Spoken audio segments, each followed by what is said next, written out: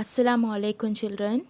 So today the chapter we are doing is future time from your Grammarland textbook. So what is future? What do you mean by future, children? So yes, future means what is going to happen, any action or event that is going to take place on the next minute, tomorrow, in another 2 years, another 3 years, right? So that is going to happen after this moment. That is what you call future. Now let's take, you have many dreams, many ambitions, right? So all of those are in your future, right? So now we all are in grade 7. So you have to move to grade 8. That is your future. Grade 9 is your future. O level, A level is your future. So your ambition is your future. Your dream is your future. Anything, any action or event that will take place after this moment, maybe the next minute, the next hour, or tomorrow, the next year, right? That is what you call future, right? So in this chapter we are going to talk about some of the ways we use to talk about future time. Suppose I ask you, what is your ambition? So you say, I am going to be a doctor, or I will become a chef one day. So that is how you talk about your future. So similarly, there are some such ways which we use to talk about the future time. So that is what we are going to learn in this chapter. So as I told you before about what is future, that means when you want to express any action or event that takes place in the future, that is future time, right? For example, I will go on a trip tomorrow. She will do her homework tonight. So I can see I will go on a trip. That is tomorrow. That is going to happen after this, right? In the future. She will do her homework tonight. That is also in the future, today night, right? So now next let's see, right? What are the different ways we use to talk about the future time, right? So you can see the table here, right? I have given 2 columns, ways of expressing future time and their examples, right? So I'll take the first column. Those are the ways which we use to express the future, or maybe express or write or talk about future. These are the words and the phrases, right? So for example, let's take the first row, the first one, will and going to, right? We use these 2 words in sentences when we want to talk about the future time. Now I have given the example on the next column. I will finish this work in time, right? That means you are saying that maybe in another 2 hours or 3 hours I will finish the work. That means before the due date. Suppose your homework's due date is on today, before somewhere on tonight, before tonight you need to send the work, right? So you are saying there, I will finish the work before night time. You're saying that. So there, that is future. You use the word will. I am going to join a new school next year. So there you use going to talk about future. Next year you will join a new school, right? So the next way to express future time, that is shall. We shall be there by 5 p.m. So you're talking about the future. It's not 5 p.m. yet. So by 5 p.m. you are saying in future you will be there. The next is simple present tense and present continuous tense, right? So if you all don't know what is simple present and present continuous tense, please revise and watch the video, right? Simple present tense, the school reopens next month. So to talk about future plans, right? Future plans, we use simple present and present continuous tense also, right? That is, we'll learn in detail later. right? At the end, the next day, we'll learn this in detail. Form of verb be plus to. The minister is to open the new hospital next Saturday. So that is also we'll learn in detail later. Models may, might, and could. Models mean helping verbs, okay, auxiliary verbs. So we use these three modal verbs also to express the future, right? I may try it soon. You are not sure, but you're guessing and saying, right? You're not sure about it, so you're using the I may try it soon, right? So we will be learning all of these ways of expressing future time in detail, right?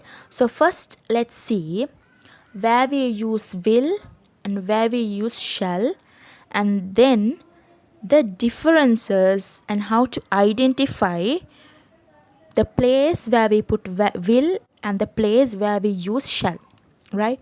Now you can see again I have shown a table here about will and shall, right?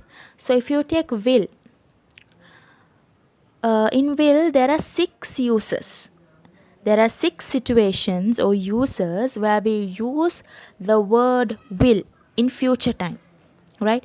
So making a prediction, the first one is making a prediction. Example sentence, I think she will win the competition. So prediction means when you want to make a guess, okay? So you are thinking, you are just guessing, you are making a guess that she will win the competition, but you are not sure, you are not confirming that, but you are making a guess that she will win the competition. So the next situation or the use, show intention. I will finish my assignment in 2 days. So you are showing your intention, what you are going to do, right? Your intent, you are supposed to do this, then you say yes, I will do that. You're showing the intention you have, right? Make a request. Here when you want to make a request, you use the word will in future. In future time, when you want to make a request related to future time, right, you use the word will you do me a favor, right? The next one is invite someone. When you want to invite someone, maybe for a party or for your house, right, in the future, for your house or for a party that is going to happen in the future, right? For example, you are having a very big get together tomorrow, so you must invite your friend. So you are saying, will you join us for the get together we have organized tomorrow? There you ask the question, right? Not any sentence, you ask question. Remember that. Making a request and inviting someone, you must ask a question. Then the next one is make a promise. When you want to make a promise, that is something related to future time. For example, maybe your cousin is having his sports meet in 2 days. So you're promising him, saying that I will definitely come to your sports meet. You're making a promise there. His sports meet is in 2 days, that is in future time. So I'm making a promise now, saying that I will definitely attend your sports meet, right? The last use or the situation where you use the word will in the future time is ordering someone. When you want to order someone to do that, command them to do something. You will stay at home tomorrow. So just imagine your sister and your mother is going to go somewhere tomorrow. So you haven't completed your homeworks. So your mother orders you, you will stay at home tomorrow and complete all the work. So that is order. So when you want to order someone, you use the word will. So similarly, now let's look at the word shall, where we use the word shall. Okay. Show a decision. The first use is when you want to show a decision you have taken, maybe regarding your studies, right? Here I have given example is I shall compete in this dance competition. So you have made a decision there that you will compete, you shall compete in this dance competition, right? Or you can say I shall choose art stream for my A level, right? Now itself you are showing the decision you have made for the future. Whatever the decision you have made, you're showing it now. So the second one is, the second situation where you use shall is, shall I help you carry your bags? Right? You're offering help, you're giving help for someone. When you see someone carrying heavy load of bags, or when you see someone cooking, or maybe when you see your mom cooking alone, so you go and say, shall I help you with anything, or shall I help you carry your bags? So there you offer help, you use the word shall. Then the next use is when you want to make a suggestion.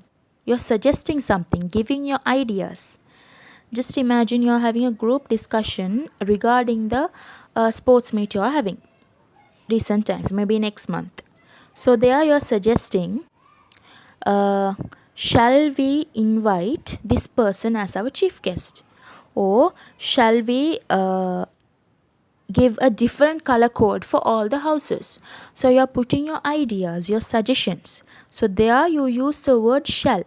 And always remember, when you offer help and make a suggestion, those two must be in question form, right? So in the column shall, you can see the last two uses, they are the same as the use of will. So there, when you get a sentence where someone is ordering someone else, a person is ordering someone else, right? You can use there both will and shall, right?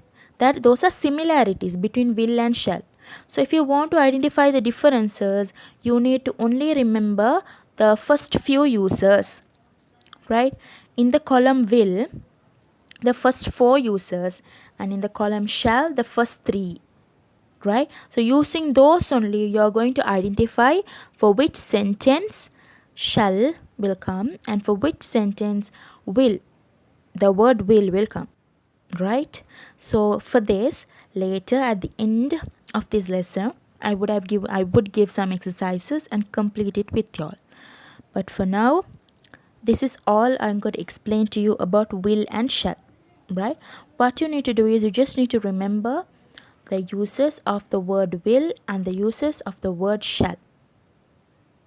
So there's another thing you need to remember of the word shall, right? That is, this is very important, okay? So I told you there are different situations where we use shall, but you need to remember, shall will not come for any other subjects. The subject must always only be we, I, and sometimes shall will come also with you, the pronoun you. So shall will not come with any other subjects, right? It would not come we, they, it, he, she, right? You can't say he shall, she shall, that's wrong. It shall, that is wrong. You have to only use the subject we, I, and sometimes the pronoun you, right? Only these 3 pronouns you can use as the subjects for the word shall, right? So if you use any other pronouns, the sentence will be completely wrong, right? So you have to use only the pronouns we, I, and sometimes you as the subjects. So that's all for today. We'll continue this lesson the next day. Thank you, children.